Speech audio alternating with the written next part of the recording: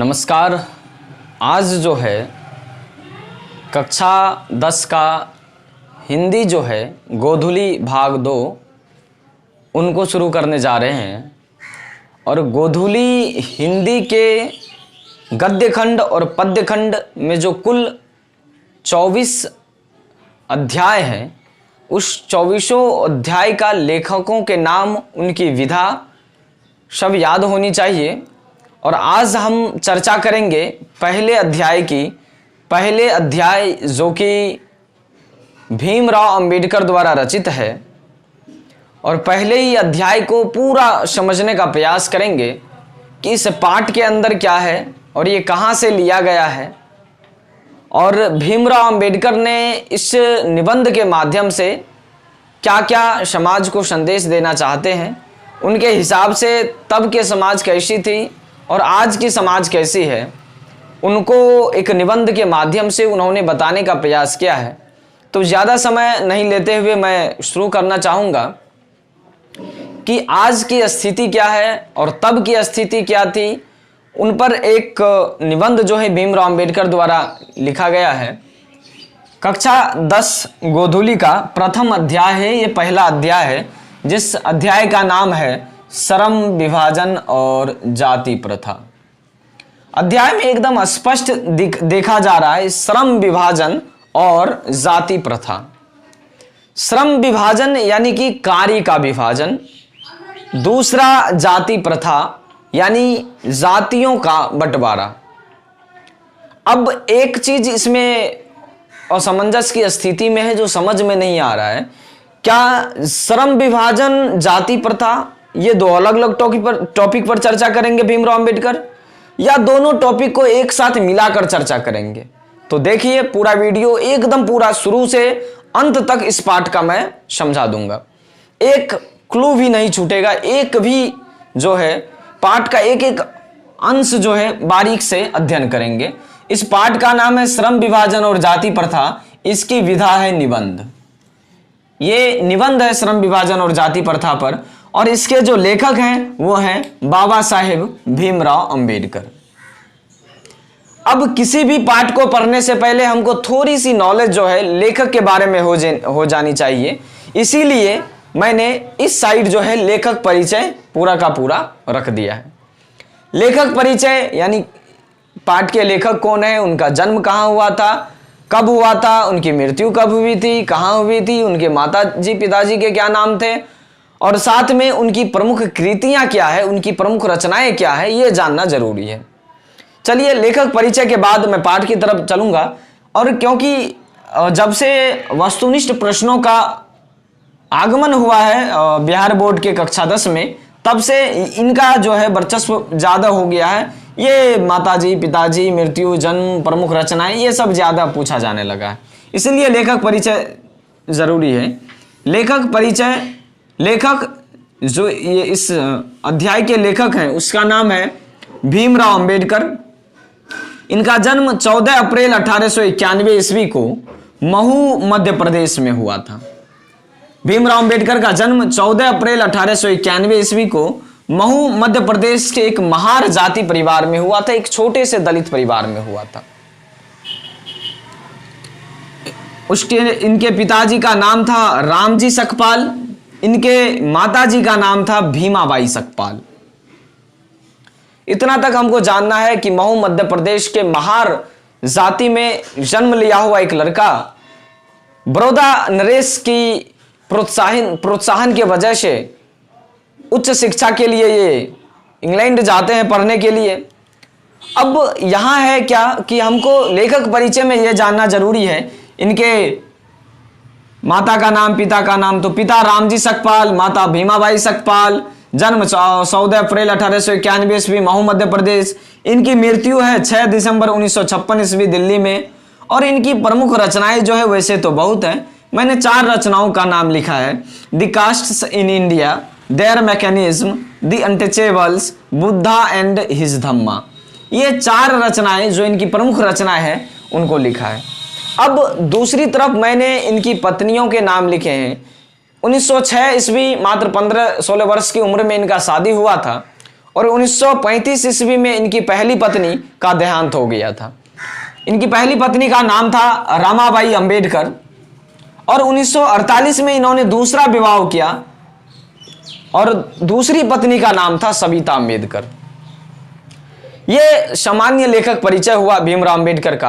अब मैं पाठ की तरफ आता हूं, जो उन्होंने निबंध लिखा है। उन्होंने जो निबंध लिखे हैं भीमराव अंबेडकर जी ने, जाति प्रथा के आधार पर जो है ये श्रम विभाजन का निबंध है, इसलिए इस निबंध का नाम भी है श्रम विभाजन और जाति प्रथा। मात्र इस 4 से 5 टॉपिक का अध्ययन करेंगे, पूरा पाठ हमको समझ में आ जाएगा। लेखक कहते हैं कि बड़ी विडंबना की बात है, आश्चर्य की बात है कि आज भी जातिवाद के पोषकों की कमी नहीं है। भीमराव अंबेडकर कहते हैं जातिवाद के पोषकों की कमी नहीं है, यह विडंबना की बात है। आजकल के आधुनिक युग में भी जातिवाद के पोषकों की कमी नहीं है।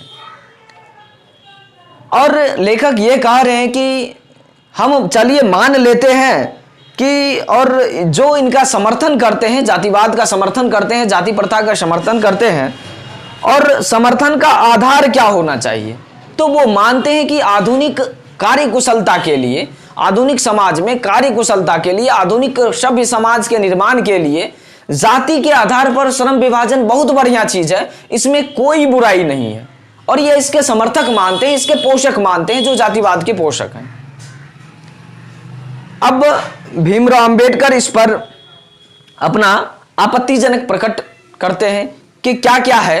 तो पहली बात वो बोलते हैं, हम मान लिए कि ये श्रम विभाजन जो है का आधार जो है वो जाति होना चाहिए। क्या जाति के आधार पर श्रम विभाजन कहां तक उचित है? उन्होंने कहा यह मनुष्य की रुचि पर आधारित नहीं है, यह मनुष्य की कार्यकुशलता पर आधारित नहीं है, यह मनुष्य की अरुचि का कारण है, यह अस्वाभाविक विभाजन है समाज के लिए, यह समाज में ऊंच नीच अमीरी गरीबी उत्पन्न करता है। इसीलिए मैंने यहां लिख भी दिया है, जाति के आधार पर श्रम विभाजन समाज में ऊंच नीच अमीरी गरीबी उत्पन्न करता है। इसीलिए यह समाज में स्वाभाविक विभाजन नहीं है, अस्वाभाविक विभाजन है, और यह रुचिहीन विभाजन है। यह मनुष्य की रुचि पर आधारित नहीं है। मनुष्य क्या कार्य कर सकता है, उसमें क्या कुशलता है और उसमें क्या गुण है जो अपने कार्य को कर सकता है, यह मनुष्य की रुचि पर आधारित नहीं है। यह उसकी जाति तय करेगी कि उसको कौन सा काम करना है। इसीलिए यह मनुष्य के लिए रुचिहीन है, अस्वाभाविक विभाजन है हमारे समाज के लिए। अब जब बात आगे बढ़ती है, ऐसा मानते हैं भीमराव अंबेडकर कि खास करके हिंदू धर्म की मान्यता के अनुसार कि जब बच्चे का जन्म भी नहीं होता है, यानी वो नवमासिक गर्भ में ही रहते हैं, तो गर्भधारण के समय ही उनका पेशा निर्धारित कर दिया जाता है। उनके पेशे का पता चल जाता है कि ये इस जाति का है तो उनको ये पेशा करना चाहिए। तो ये जो है भीमराव अंबेडकर कह रहे हैं कि अगर कोई व्यक्ति जिंदगी भर इस जाति का और वह जाति उस जाति के लिए जो पेशा है, आधुनिक उद्योग धंधों में अचानक कोई बदलाव आ गया, आकस्मिक कोई परिवर्तन हो गया और वो पेशा अभी के लिए वर्तमान स्थिति में नहीं हो, तो क्या उस जात के जितने भी उस वर्ग के लोग हैं उनके पास भूखों मरने के अलावा कोई चारा ही नहीं बचेगा। अब आप बताइएगा, ऐसी स्थिति में लोग कहां जाएगा? बेरोजगार होगा, दिन भर कुछ से कुछ करते रहेगा, कम काम करेगा, टालू काम करेगा और ऐसे जगहों पर काम करेगा जहां उनका दिल ना लगेगा ना दिमाग लगेगा, टालते हुए काम करते रहेगा दिन भर। तो जो कार्य कुशलता था वो धीरे धीरे आदमी में घटता भी चला जाएगा और किसी कुशल कारीगर समाज में निर्माण हो ही नहीं पाएगा। एक तो सामाजिक पहलू से जाति प्रथा के आधार पर श्रम विभाजन गलत हो गया। दूसरा कि ये बेरोजगारी को उत्पन्न कर रही है। भारत में बेरोजगारी का प्रमुख एवं प्रत्यक्ष कारण बन गई है, क्योंकि ये पेशा परिवर्तन की अनुमति नहीं देती है, ये जिंदगी भर एक ही पेशे में बांधे रखती है। इसीलिए जाति प्रथा जो है पेशा परिवर्तन की अनुमति न देकर बेरोजगारी का प्रमुख एवं प्रत्यक्ष कारण बनी हुई। यह कम टालू एवं व्यवस्था पूर्वक काम करने के लिए मजबूर कर देती है। यह कार्यकुशलता के आधारित पर नहीं है। मनुष्य का ना दिल लगता है इस कार्य में, ना दिमाग लगता है, वो जस का तस जिधर मन तिधर, यानी किसी भी प्रकार का कार्य वो करने के लिए विवश हो जाता है। अब भीमराव अंबेडकर सामाजिक, आर्थिक एवं राजनीतिक सभी पहलुओं से जाति के आधार पर जो श्रम विभाजन है उनको गलत ठहरा दिए।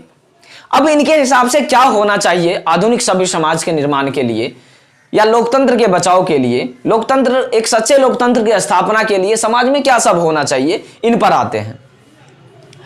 यह आजीवन बेरोजगारी का उत्पन्न करेगा, आजीवन बंधित रखता है, ना दिल लगता है ना दिमाग लगता है। अब ये इनके बाद जो ये टॉपिक्स लिखे हम 4 से 5 3, और भीमराव अंबेडकर के अनुसार ये होना चाहिए कि हमारा समाज जो है स्वतंत्रता, समता और भ्रातृत्व पर आधारित समाज होना चाहिए।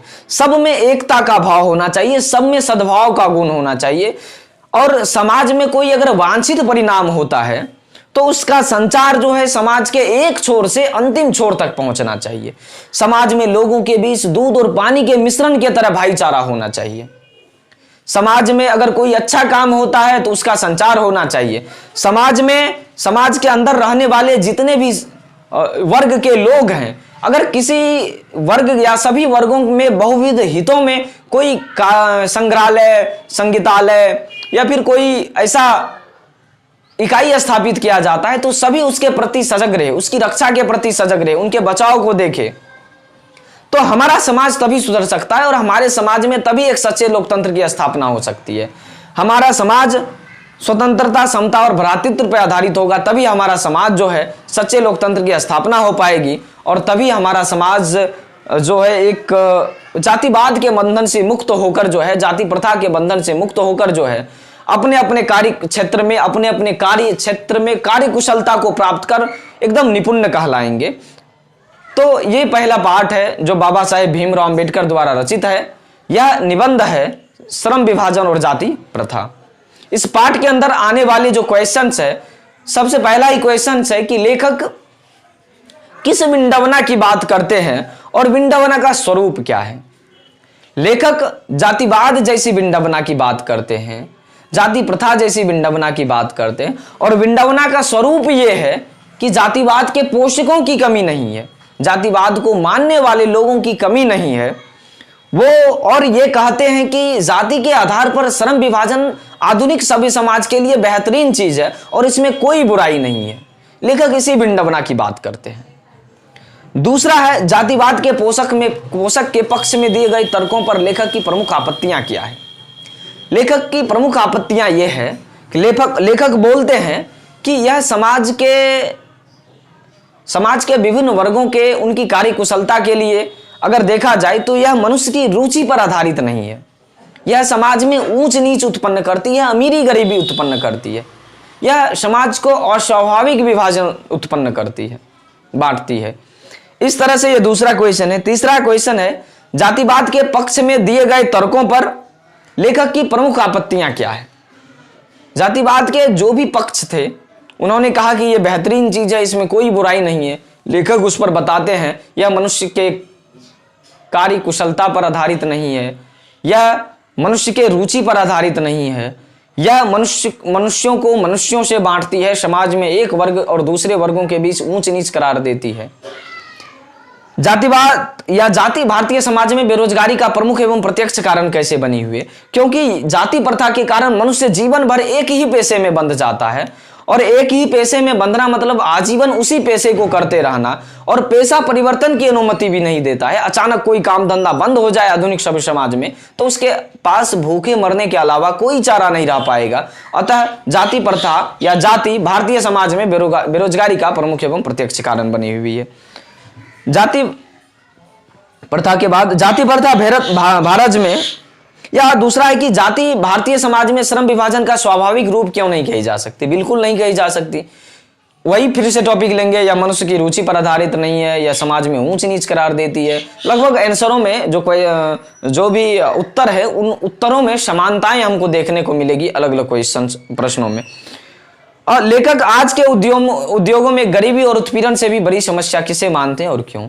ये जाति प्रथा को मानते हैं, और जाति प्रथा के आधारित जो निर्धारित कार्य हैं, जो पहले से तय कार्य हैं, जो जाति के बंधन से बंधित कार्य हैं, उनको मानते हैं, क्योंकि ये सामाजिक, आर्थिक और राजनीतिक तीनों पहलुओं से यह हानिकारक प्रथा है।